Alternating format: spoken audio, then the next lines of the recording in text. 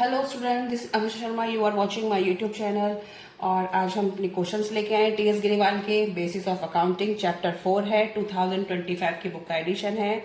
अब टीएस ग्रेवाल का question number first है, अपनी बुक में आप जरूर चेक करना। During the year ended 31 March 2025 Mohan had cash sales 90,000 and credit sales 60,000। आपको क्वेश्चन में गिवन है 31 मार्च की एंडेड में कैश सेल्स 90 है और क्रेडिट सेल्स 60,000 है। His expense for the year were 70,000, out of which 30,000 is just to be paid. It means 30,000 के भी पे करने बाकी हैं। Find Mohan's income for the year following the cash basis of accounting. तो आपको इसमें सेल्स, कैश सेल्स भी दे रखी है और क्रेडिट सेल भी दे रखी है और एक्सपेंसेस 70,000 के दे रखे हैं 70,000 के, उसमें से 30,000 के अभी yet to be paid, it means outstanding है। फाइंड मोहन इनकम और आपको कैश बेसिस पे उसकी इनकम निकालनी है।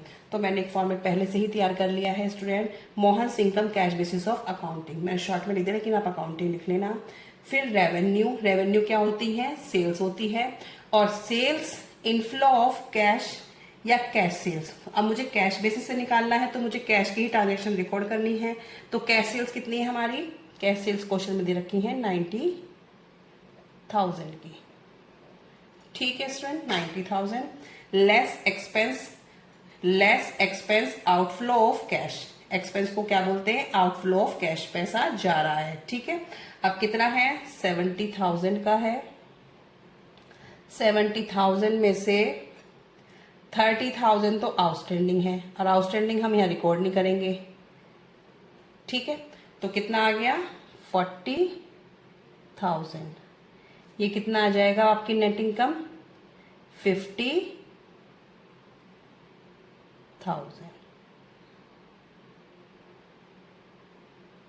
ये आपकी आ गई 50,000। ठीक है स्टूडेंट, बहुत सिंपल क्वेश्चन था, इसमें कुछ नहीं था, कैश बेसिस से निकालना था। तो हमें कैश बेसिस में क्या बताया था मैंने? डिफरेंस में सारी कैश ट्रांजेक्शन रिकॉर्ड होती हैं। तो कैश सेल्स ले ली, उसमें से खर्चे माइनस कर दो तो क्या निकल के आ जाएगा? इनकम निकल के आ गई आपकी 70,000। 30 क्यों माइनस की? क्योंकि 30,000 के आउटस्टैंडिंग है, आउटस्टैंडिंग यहाँ पे रिकॉर्ड नहीं होते हैं। 90 में से 40 गए, कितने आ गए? 50,000। आप इसे हम ब्रैकेट में भी लिखा सकते हैं, मैंने वैसे लेस लिख रखा है, यहाँ लेस लिखा हुआ। ठीक है, सेकेंड क्वेश्चन देखते हैं क्या है।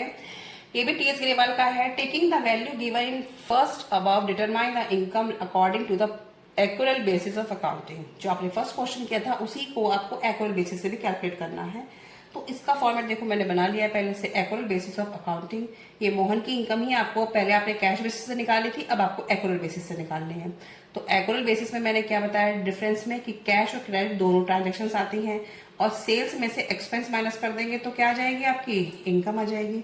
अब हमें कैसे लिखना है? Total sales, cash sales plus credit cell.